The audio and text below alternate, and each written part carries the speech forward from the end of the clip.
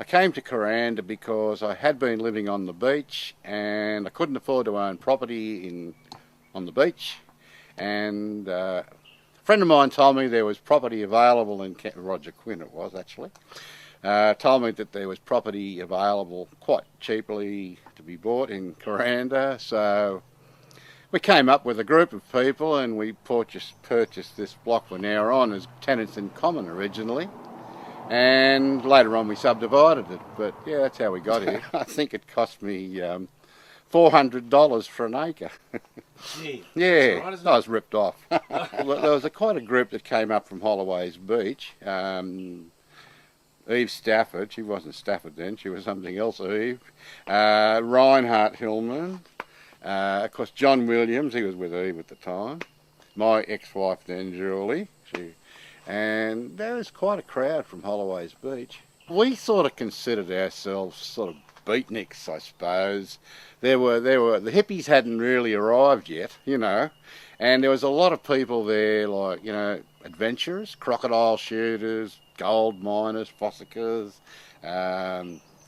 what else were there? Those sort of people, and I had a bit of a go at all of those things.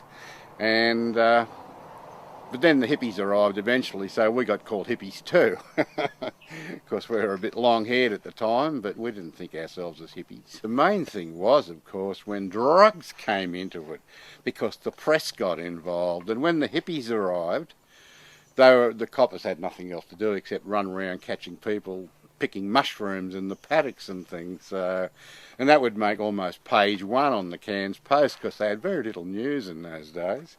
And anybody that lived in Kuranda was one of them. No power or running water when it was built, of course. Yes. That all came later. So we were really like frontier living, you know.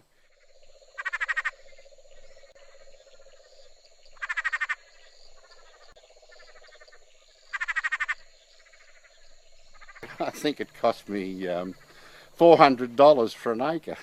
Back in those days, there didn't seem to be any rules. I went to the council and I said, I want to build a house on this land. And they said, oh, good-o, here's the bank of, which was it, one of the banks, a little booklet that said the sizes for your joists and your purlins and all that. And it was about 6 pages.